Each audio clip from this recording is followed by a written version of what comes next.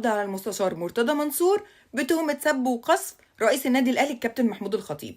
كان حصل قبل كده ان هو كابتن محمود الخطيب كان رافع على قضية على مستشار مرتضى منصور علشان بتهمة السب والقذف ليه ولعيلته. تمام.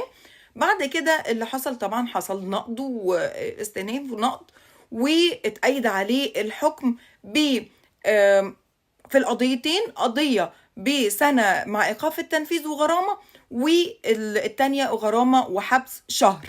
طيب هو عقوبة السب والقذف على السوشيال ميديا قد ايه؟ ما تقلش عن 2 وما تزيدش عن 5 سنين. طيب هو ليه اتحبس شهر مش 2 ولا 5 سنين؟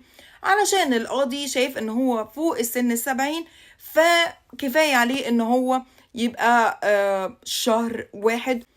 المستشار مرتضى منصور اصلا كان موجود وحضر الجلسه بتاعه النقض، ولما اتأيد عليه الحكم رحلوه اخدوه، ودي الاجراءات على فكره العاديه، ان هو بيبقى حاضر وموجود في القفص، ولما بيتأيد عليه الحكم بياخدوه عشان يقضي فتره العقوبه بتاعته، وهو اتنقل لسجن وادي النطرون علشان يقضي يعني مده عقوبته.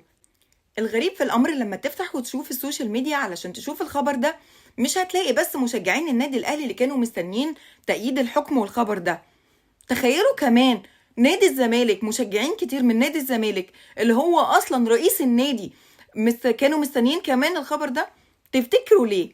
يمكن من كتر ما المستشار مرتضى منصور كان بيعمل ده كتير ويعمل سب وقذف الناس كتيرة حتى من الزملكاوية نفسهم، جايز.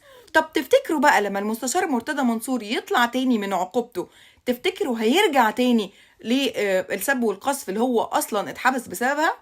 الله اعلم. في حاجة كمان اخيرة، ان هو المستشار مرتضى منصور نفسه نزل على الفيسبوك بوست وبيقول فيه انه الاسود لا تموت، وانه يعني مفاداه كده ان السجن للرجالة وللجدعان. ده كله شهر يعني، ده انت يعني الراجل هريته يعني.